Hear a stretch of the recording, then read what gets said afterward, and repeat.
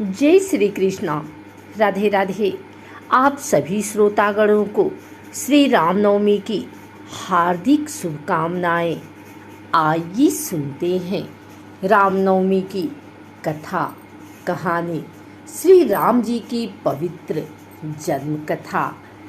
श्री रामनवमी, रामायण और रामचरितमानस हमारे पवित्र ग्रंथ हैं।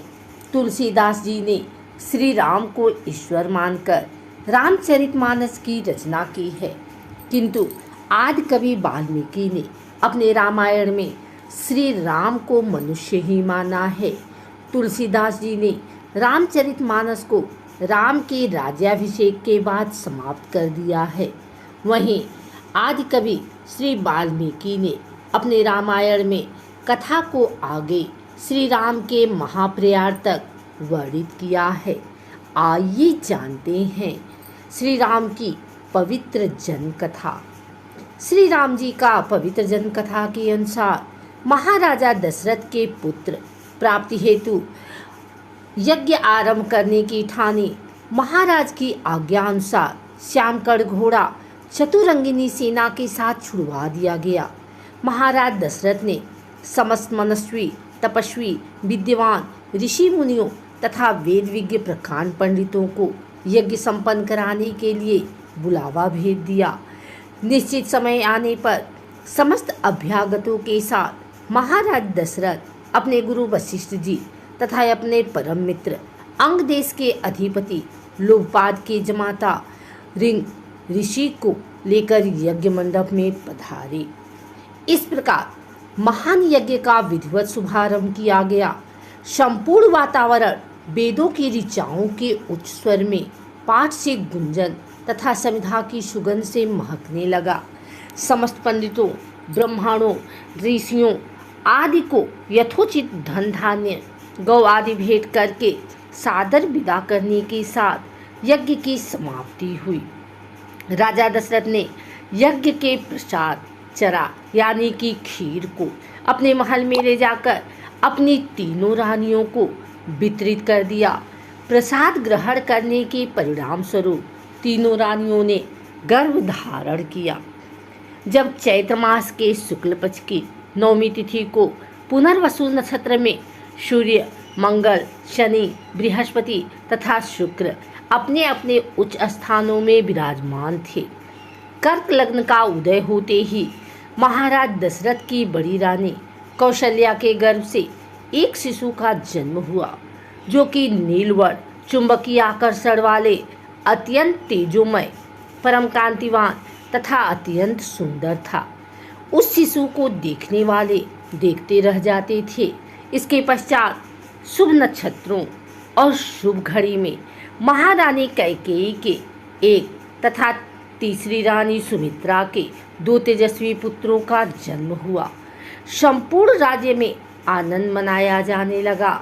महाराज के 4 पुत्रों के जन्म के उल्लास में गंधर्व गान करने लगे और अप्सराएं नृत्य करने लगी। देवता अपने विमानों में बैठकर पुष्प वर्षा करने लगे। महाराज ने उन्मुक्त हस्त से राजद्वार पर आए भाट चारण तथा आशीर्वाद देने वाले ब्राह्मणों और याचकों को दान दक्षिणा दी। पुरस्कार में प्रजाजनों को धन धान्य तथा दरबारियों को रत्न आभूषण प्रदान किए गए। चारों पुत्रों का नामकरण संस्कार महर्षि वशिष्ठ के द्वारा किया गया तथा उनमें नाम रामचंद्र, भरत, लक्ष्मण और शत्रुघ्न रखे गए। आयु बढ़ने के साथ ही साथ रामचंद्र गुणों में भी अपने भाइयों से आगे बढ़ने तथा प्रजा में अत्यंत लोकप्रिय होने लगे।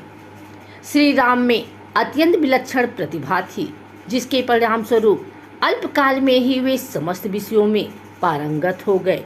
उन्हें सभी प्रकार के अस्त्र शस्त्रों को चलाने तथा हाथी, घोड़े एवं सभी प्रकार के वाहनों की सवारी में असाधारण निपुणता प्राप्त हो गई। वे निरंतर माता पिता और गुरुजनों की सेवा में लगे रहते थे। उनका अनुसरण शेष 3 भाई भी करते थे। गुरुजनों के प्रति जितनी श्रद्धा भक्ति इन चारों भाइयों में थी, उतना ही उनमें परस्पर प्रेम और सौहार्द भी था। महाराज दशरथ का हृदय अपने चारों पुत्रों को देखकर गर्व और आनंद से भर उठता था।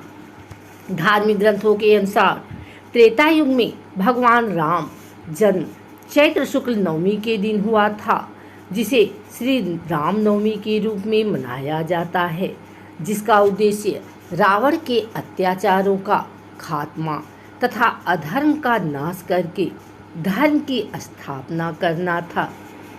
एक और कथा के अनुसार राम, सीता और लक्ष्मण वन में जा रहे थे। सीता जी और लक्ष्मण को थका हुआ देखकर राम जी ने थोड़ा रुककर आराम करने का विचार किया और एक बुढ़िया के घर गए। बुढ़िया सूत काट रही थी।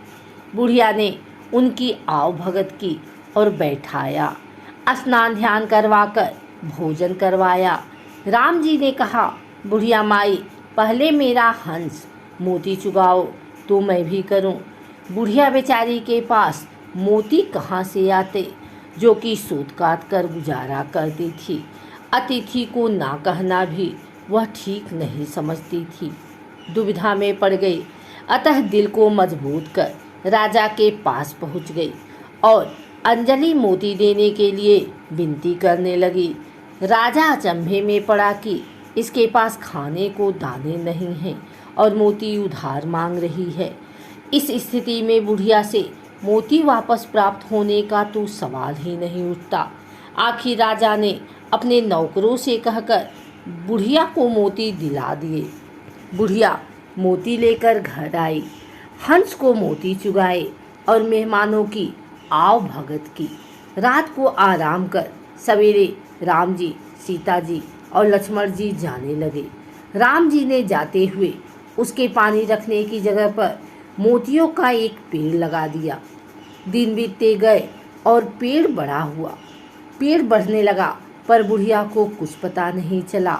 मोती के पेड़ से पास पड़ोस के लोग चुप चुप कर मोती ले जाने लगे।